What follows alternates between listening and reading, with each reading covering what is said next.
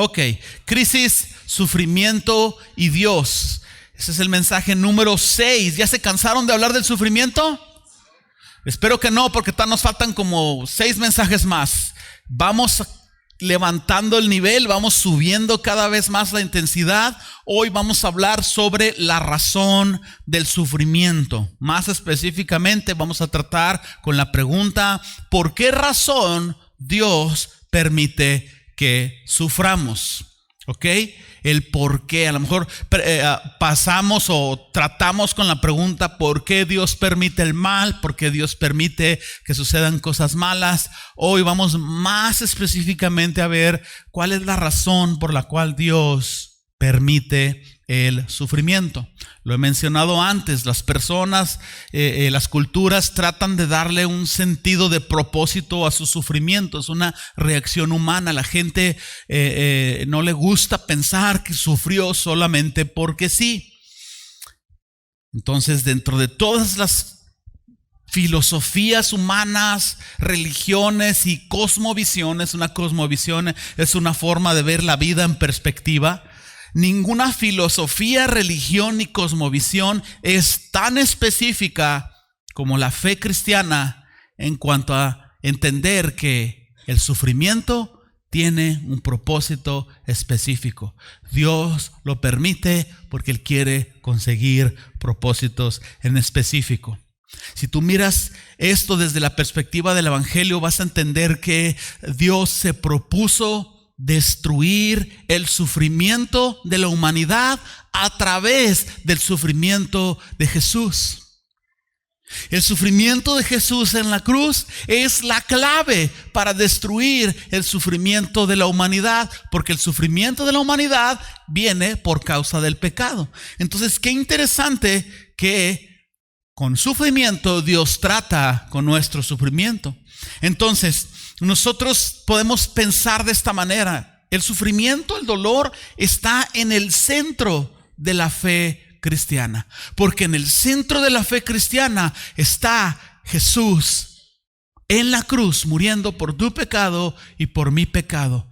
Entonces, por difícil que sea la situación que está trayendo crisis, dolor, sufrimiento a tu vida, tú tienes que saber que viene o se permite de parte de Dios con un propósito y va a ser útil para transformar tu vida.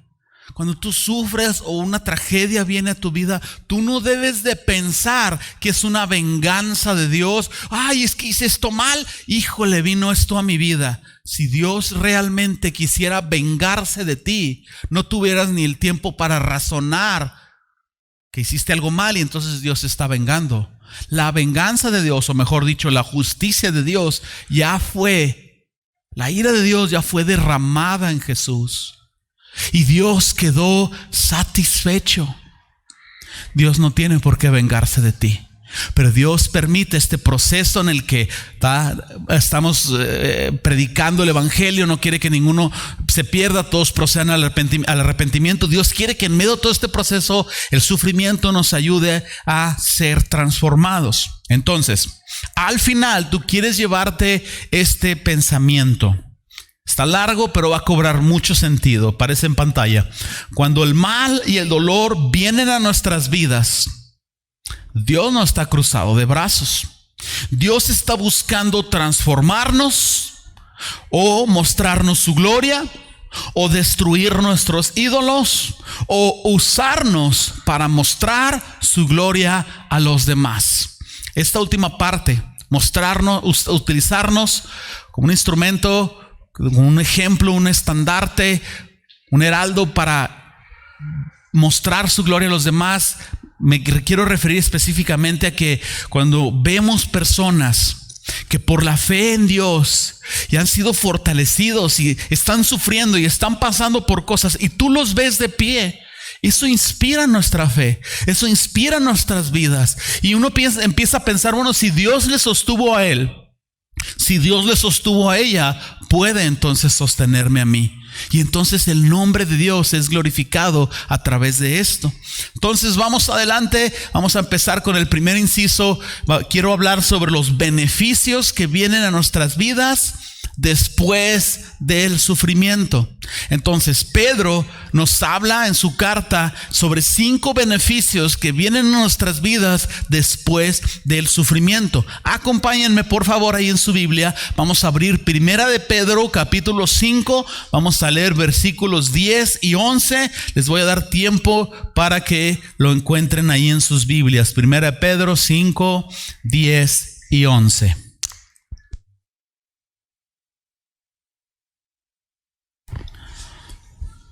Muy bien, vamos a ser pacientes con los gritos de los niños allá.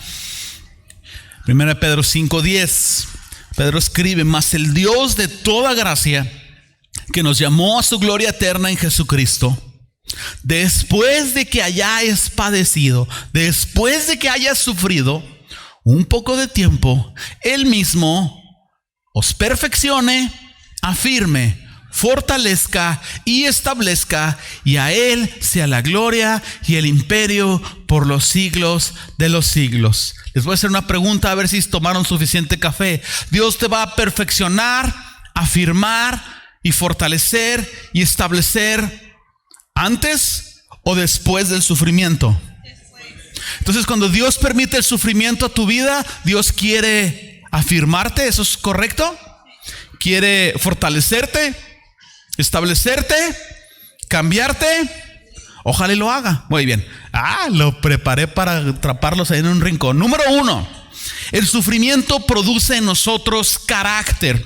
Lo leímos hace un momento en el versículo 10. Después de que hayáis padecido, os perfeccione. Nuestra vida después, desde el día en que tú rindes tu vida a Cristo hasta el día que Él llegue y te transforme completamente, es un proceso de ir perfeccionándote, es decir, ir forjando tu carácter a la imagen de Jesucristo. Se puede conocer mejor como dominio propio. Entonces, en algún punto de este proceso de crisis, proceso de sufrimiento, Dios empieza a tratar contigo, empiezas a despertar tus sentidos espirituales, y cuando esto sucede, tú empiezas a permitir que el Espíritu Santo empiece a tomar control de tu mente, control de tus emociones, control de tus reacciones. Uno de los frutos del sufrimiento es un carácter transformado. Número 2, el sufrimiento fortalece nuestras relaciones. Lo leímos hace un momento. Os afirme. Afirme habla de nuestras relaciones, es decir, cuando las personas están en crisis, cuando las personas están en sufrimiento, normalmente sucede que se generan vínculos o uniones más fuertes con las personas que los rodean, amigos y familiares. Los corazones se unen para apoyar a la persona que está sufriendo. Y sucede que si tú estás distanciado con una persona o tienes cierto resentimiento, cuando viene la crisis, la tragedia, el sufrimiento, eso cambia la dinámica y empieza a unir los corazones. Porque sucede que el sufrimiento quebranta nuestro orgullo. Se los tengo que decir, la gran mayoría de las relaciones difíciles y quebrantadas que todos tenemos vienen por causa de nuestro orgullo. Entonces, cuando nosotros estamos siendo quebrantados en nuestro orgullo, nuestras relaciones con los demás son mejores, porque ya no somos ni tan altivos, ni nos ofendemos por cualquier cosita. Viene este vínculo familiar y restauración. Número 3, el sufrimiento nos hace más resistentes. Lo leímos en el versículo 10. Él os fortalezca. Entonces, una vez que las personas han aprendido cómo enfrentar el sufrimiento, han encontrado esa clave en Jesús, las personas se vuelven más resistentes. Siguiente dificultad que viene a sus vidas, ya no los agarra tan desequilibrados. Ellos se vuelven más resistentes porque ya han encontrado en Jesús la clave, han recibido un mejor carácter, han visto la obra de Dios en sus vidas, se dan cuenta que el Espíritu Santo les fortalece para colocarse por encima de la situación. Entonces, en esencia, el Señor nos hace más resistentes. Número 4, el sufrimiento cambia nuestras prioridades de vida. Versículo 10, os establezca. Dios te establece o te posiciona en un lugar mejor. Es decir, Dios trata contigo para que vuelvas a acomodar tus prioridades en el orden correcto. ¿Por qué razón? Porque cuando las personas sufren se dan cuenta de lo frágil que es la vida, se dan cuenta de lo corto que es la vida, se dan cuenta que se puede perder todo en un instante. ¿Y qué sucede? Que ayudan a entender sus prioridades, se vuelven más inclinados a buscar a Dios, ponen a Dios en primer lugar, valoran más el tiempo, valoran más la familia, valoran menos el afán, el trabajo, la vanidad, lo material, el dinero, etcétera. Entonces, a pesar de estos primeros 4 beneficios que son extraordinarios y suceden sí o sí en nuestras vidas, Pedro termina bien increíblemente diciéndonos que estos 4 beneficios desembocan en uno central. Es decir, vienen a nuestras vidas, claro, para hacernos más resistentes, más fuertes, mejores vínculos familiares, claro. Pero el propósito de estos 4 está en un propósito central, y es la gloria de Dios. Número 5, el propósito principal de nuestra vida es la gloria de Dios. Ojo con el versículo 11, está hablando después de que hayáis padecido, Él mismo os perfeccione, afirme, fortalezca, establezca. Y después de eso, ¿qué? Fíjate el orden: sufrimiento, fortalece, establece, perfeccione, etcétera. Y después de eso, a Él sea la gloria y el imperio por los siglos de los siglos. Cuando estos 4 suceden en tu vida, invariablemente terminas diciendo: Dios es bueno, gloria a Dios. Entonces, si ustedes me van siguiendo, este es el tipo de mensajes que no puedes ni parpadear. Tienes que seguirme, créeme, se va a poner más intenso. El propósito central de Dios para crear la humanidad es la gloria de Dios. Entonces, si el propósito principal de nuestra existencia es la gloria de Dios, no debe de extrañarnos que Dios utilice o permita el sufrimiento para hacernos conscientes de su gloria una vez más. En 1 Pedro 1 del 6 al 7 aparece en pantalla para ahorrar tiempo. Pedro está tratando este asunto también.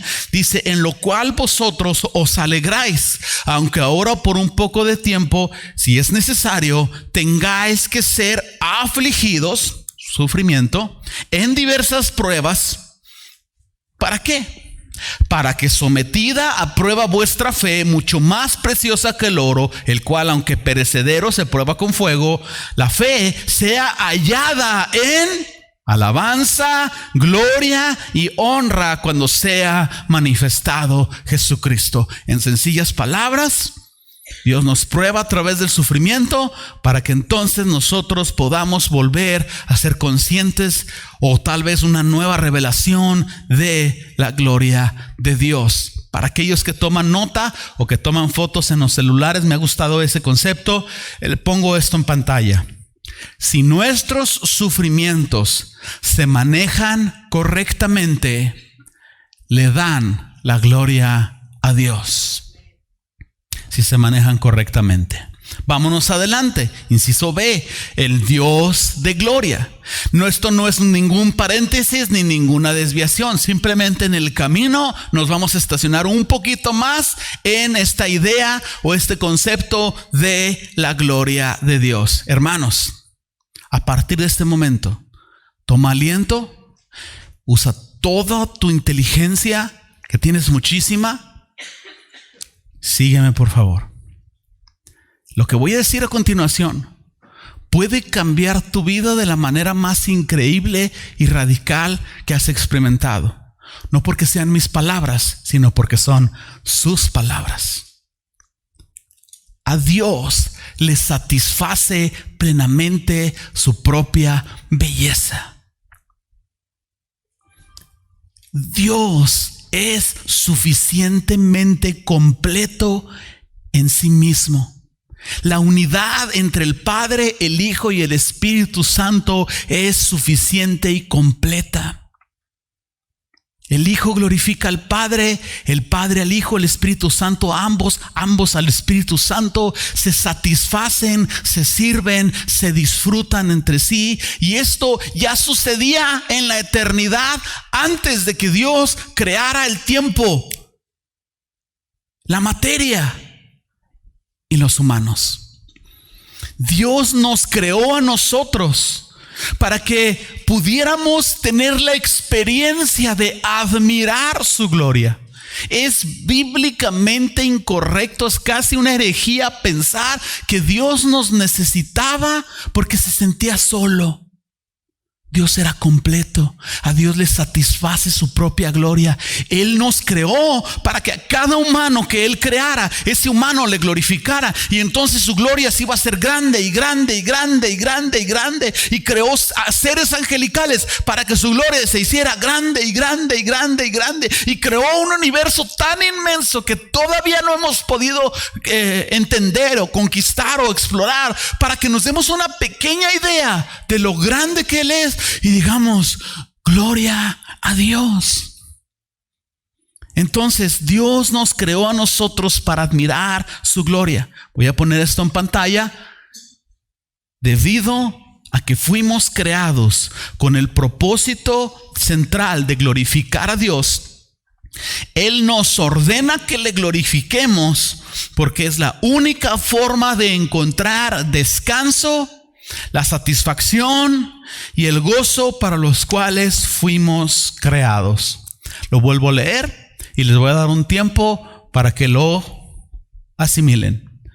Debido a que fuimos creados con el propósito central de glorificar a Dios, Él nos ordena que le glorifiquemos, porque Él sabe que es la única forma de encontrar descanso, satisfacción y felicidad para los cuales fuimos creados.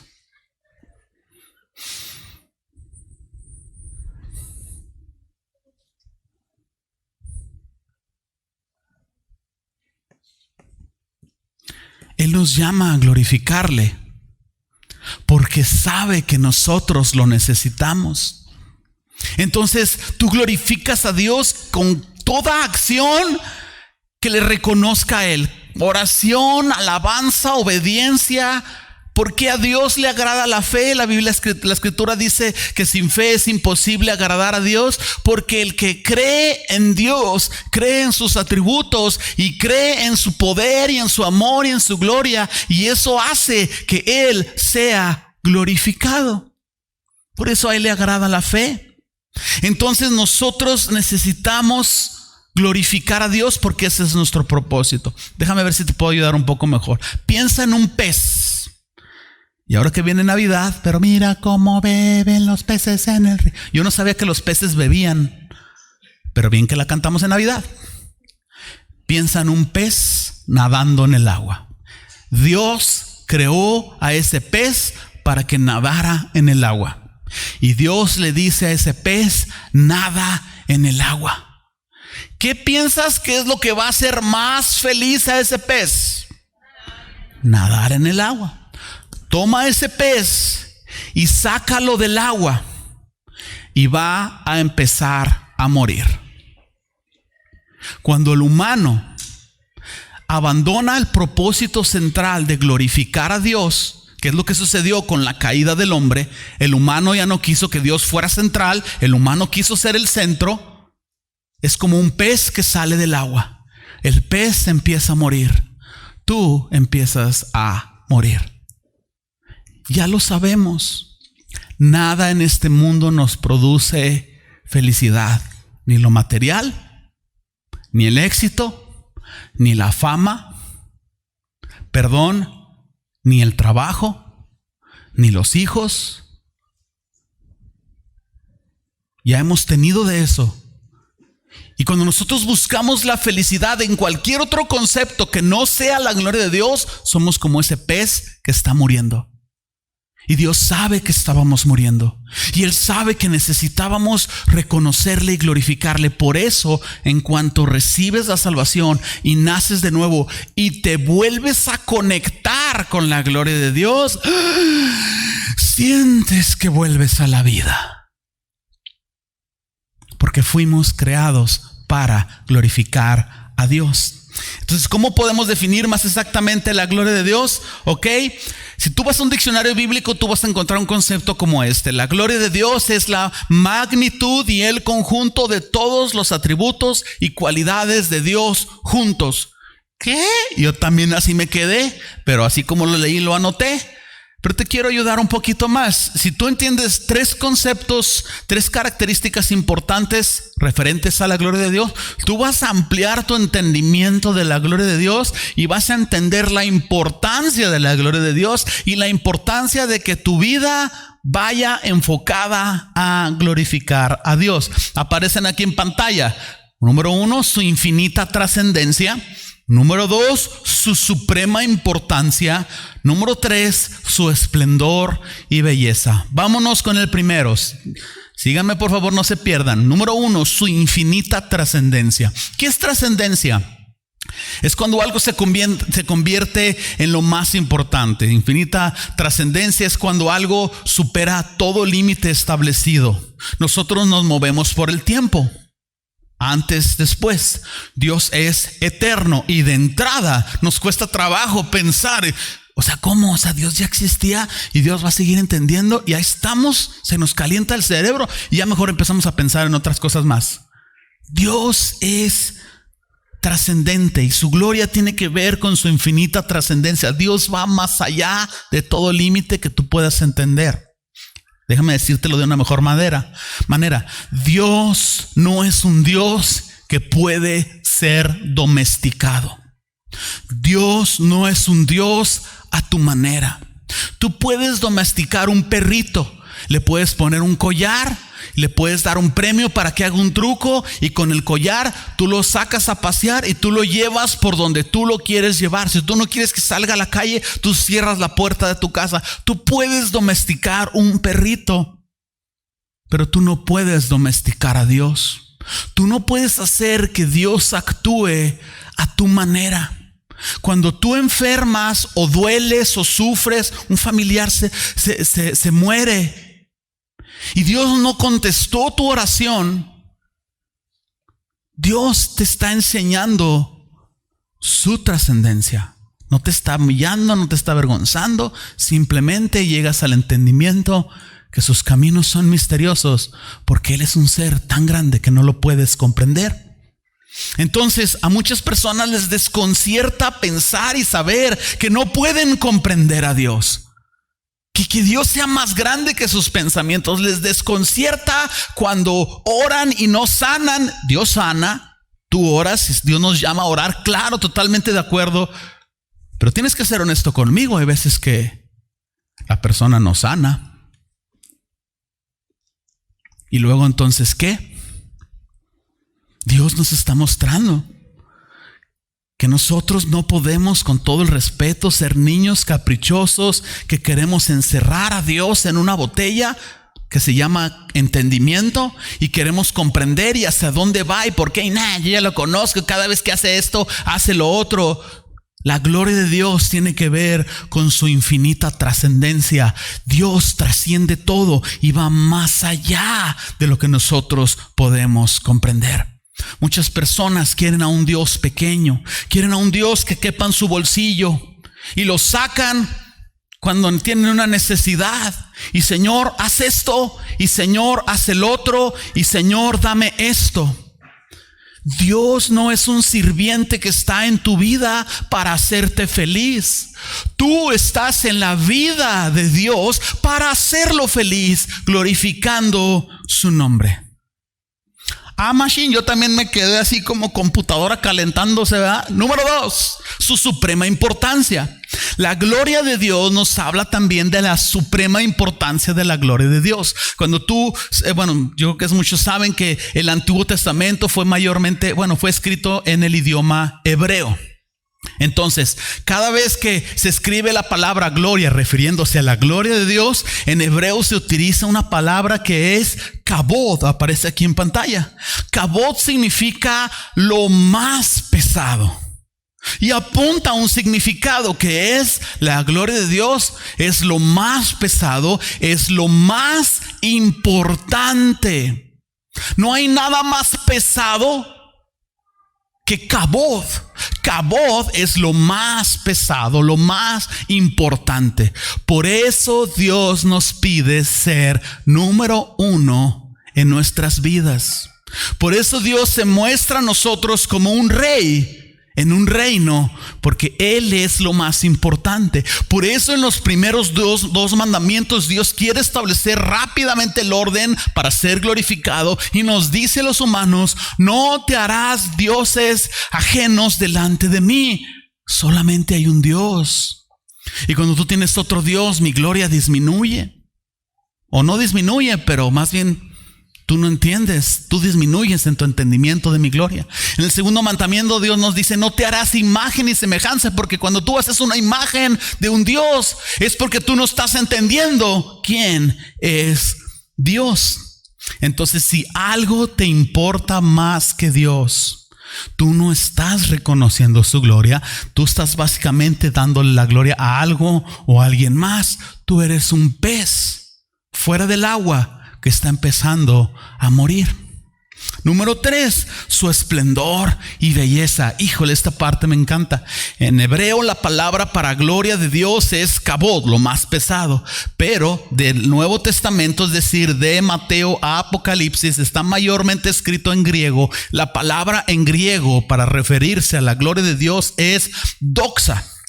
Doxa significa alabanza, asombro, esplendor y belleza.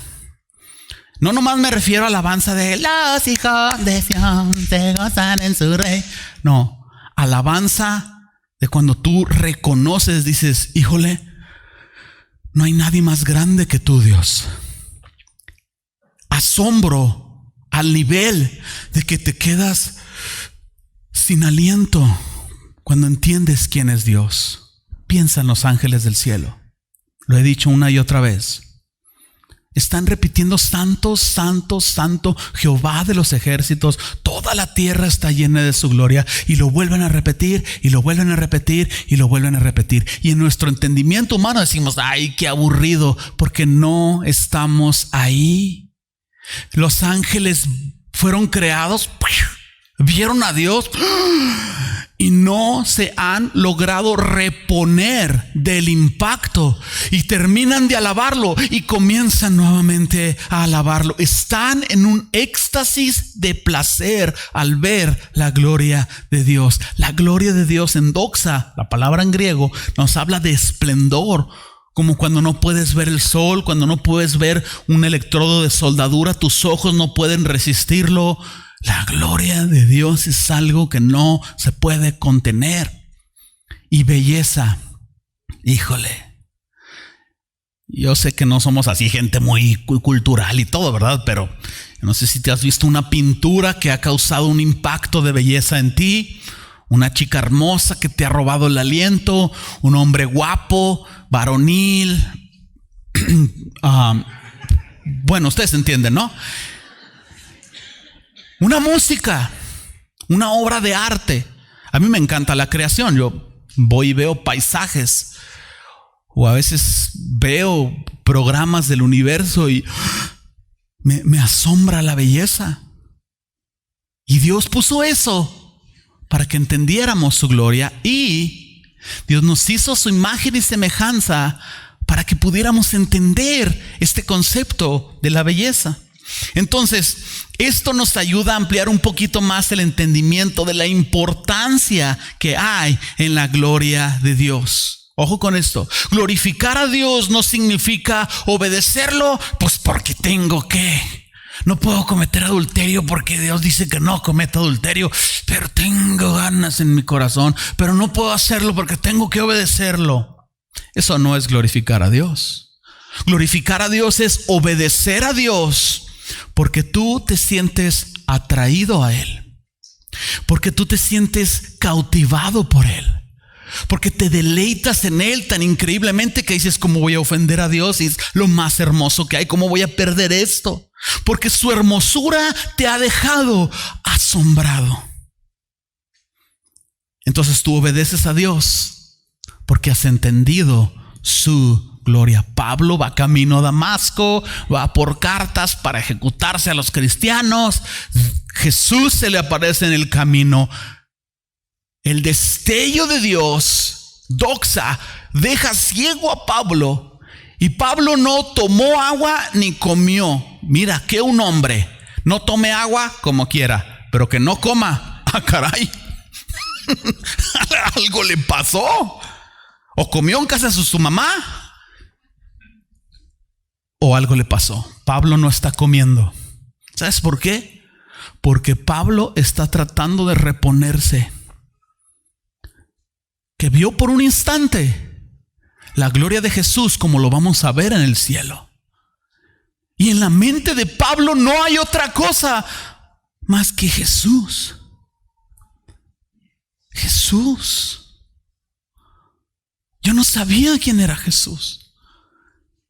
Por 3 días y 3 noches no está comiendo, no está tomando agua, no está durmiendo. Él está pensando en la gloria de Dios. ¿Resultado? Mira todo lo que escribió. Mira la forma en cómo escribió. Mira el impacto en la vida de Pablo. Mira cómo él dice, para mí el vivir es Cristo y el morir es ganancia, porque si me muero, voy a esa gloria que yo vi camino a Damasco. Ay, ansias me dan que no llego a esa gloria otra vez. Inciso C, un Dios a mi manera es lo mismo que un ídolo. Déjenme profundizar en este concepto un poquito más. Quiero hacer una pregunta o un par de preguntas. ¿Cómo podemos glorificar a Dios en nuestro sufrimiento? Porque es de lo que estamos hablando. ¿Cómo puede entonces el sufrimiento ayudarnos a glorificar a Dios? Bueno, ya lo leímos en los 4 beneficios que habla Pedro en esto. Pero quiero contarte una historia. En pantalla aparece la foto de una de las grandes mujeres de fe de nuestra era, Elisabeth Elliot. Si tú no conoces la historia de Jim Elliot, te hace falta ver más box y te hace falta leer más. No te voy a contar nada porque tú necesitas ir al internet o comprarte un libro y ver la increíble historia de estos misioneros que literalmente dieron su vida ensangrentados por llevar el evangelio al Ecuador, a la tribu Waoni. Pero Elizabeth en 1966 escribió un libro que se llama No te harás imágenes. El libro que Elizabeth escribió trata sobre la historia de una mujer misionera llamada Margaret Sparhawk. Margaret también trabajó en la tribu Waoni junto con ella. Entonces, Margaret es Margarita. Para identificar una de la otra, vamos a llamarle Margarita. Elizabeth está escribiendo un libro sobre algo que vivió Margarita. Entonces, en un gran esfuerzo, escuchen la historia, Margarita empezó a trabajar en la traducción de la Biblia al dialecto local en la tribu Waoni. Y por la gracia de Dios, Dios le había dado un solo hombre que aprendió inglés y hablaba el dialecto. De manera que este hombre era clave para la traducción de la Biblia, así que trabajaron juntos. Un día Margarita iba camino a casa de Pedro, yo creo para continuar el trabajo. Iba alegre recordando cómo Dios había acomodado todo lo necesario para que ella hiciera esta obra. El apoyo misionero, la provisión económica, la capacitación misionera y sobre todo esta persona clave, Pedro, que hablaba los 2 idiomas, elemento clave para traducir la Biblia. Margarita esperaba que millones de indígenas waonis fueran alcanzados con esta obra. Al llegar a la casa de Pedro, lo encuentra herido por un corte de un cuchillo en la pierna y él está sufriendo y él le pide medicina a ella y ella le inyecta un antibiótico y un medicamento para el dolor. Pero Pedro comenzó a convulsionarse por una reacción alérgica al medicamento y murió. Margarita se quedó en shock. su traductor para cumplir su obra misionera se había muerto. Sintió que su trabajo había terminado. ¿Qué hago aquí? Sintió que su trabajo había sido en vano. Bueno, tanto que trabajamos para que Dios permitiera que se muriera Pedro y quedar todo a medias. Cuando ella estaba frente a la tumba de Pedro, después de enterrarlo, ella comenzó a preguntarse, ¿dónde estaba Dios? ¿Por qué Dios permitió esto? Y de pronto sintió en su corazón que Dios le decía, glorifícame, glorifícame, glorifícame. Y ella no podía entender lo que pedía, lo que Dios le estaba pidiendo.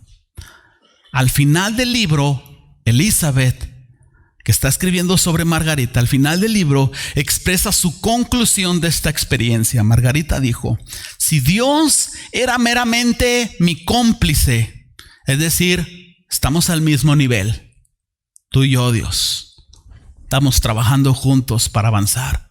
Si Dios era mi cómplice, Él me había traicionado.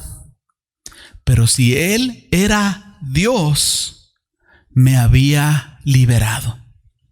Lo que estaba tratando de decir en su libro, No te harás imágenes, es que la imagen tallada de un ídolo se refiere a un Dios que siempre actúa conforme a nuestras expectativas. Voy a ponerle pausa a la historia. ¿Y qué pasa cuando Dios no actúa conforme a tus expectativas?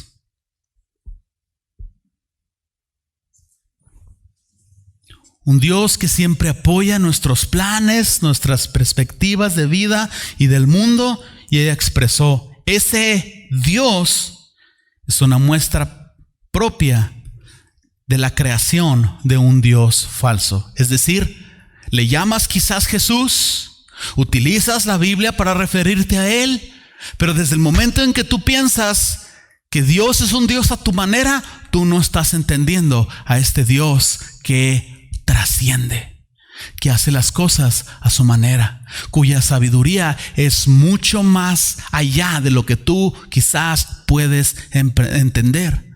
Margarita se da cuenta que la destrucción de sus planes básicamente estaba destruyendo su idea falsa de Dios. Por primera vez Margarita es ahora libre para adorar a un Dios indomable que es Señor de todas las cosas, que puede alcanzar a los guaonis de muchas otras formas, porque a Él le place hacerlo así. En resumen, el sufrimiento le había mostrado a Margarita un Dios glorioso que le había enseñado a tratarlo como tal, un Dios glorioso. Dios liberó a Margarita del desesperado y condenado y agotador esfuerzo de querer controlar todo lo que pasa en la vida y querer controlar a Dios para que Dios controle todo en la vida. Eso es lo que el humano quiere hacer. Pero Dios es quien realmente tiene el control de todo. Y Él quiere que dejes de confiar menos en ti y que empieces a confiar más. Pongo esto en pantalla. Un Dios no es un Dios a tu manera. Eso es un ídolo. Dios es un Dios a su manera. Y a veces Dios va a usar el sufrimiento para enseñarnos esto. Entonces esta idea debe de ayudarnos a confiar más en la sabiduría de Dios, en la soberanía de Dios, en el plan amoroso de Dios, porque aunque tú no entiendas sus planes, Él es amoroso y Él no va a dejar de ser amoroso. Él es inmutable. Entonces nosotros podemos confiar en un Dios que es increíblemente trascendente, cuya gloria es suprema e incomprensible, con un esplendor y una belleza inimaginables. Un Dios gloriosamente soberano. En conclusión, el sufrimiento que Dios permite en nuestras vidas lo permite con un propósito: que entendamos su gloria o nos reconectemos con su gloria. El sufrimiento que viene en nuestras vidas no viene solo porque sí. Llévate este pensamiento. Cuando el mal y el dolor vienen a nuestras vidas, Dios no está cruzado de brazos. Dios está buscando transformarnos o mostrarnos su gloria, o destruir nuestros ídolos, o usarnos para mostrar su gloria a los demás. Gloria sea el nombre del Señor. Gracias, Señor. Te damos toda la gloria. Adelante, hermanos, te damos toda la gloria. Nos humillamos delante de ti.